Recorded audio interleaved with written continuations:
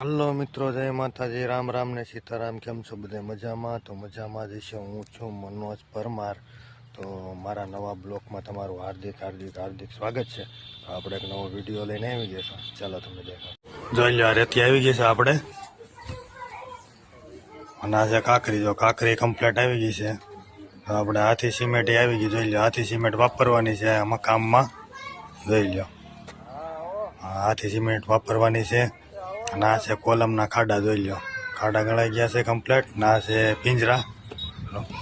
જોઈ લો, ના ચારે બાજુ કોલમના ખાડા કમ્પ્લેટ ગળાઈ ગયા છે ને એના પિંજરા ઊભા કરવાના છે. જોઈ લો, આ પિંજરા પડ્યા છે અહીંયા, પિંજરા ઊભા કરવાના છે.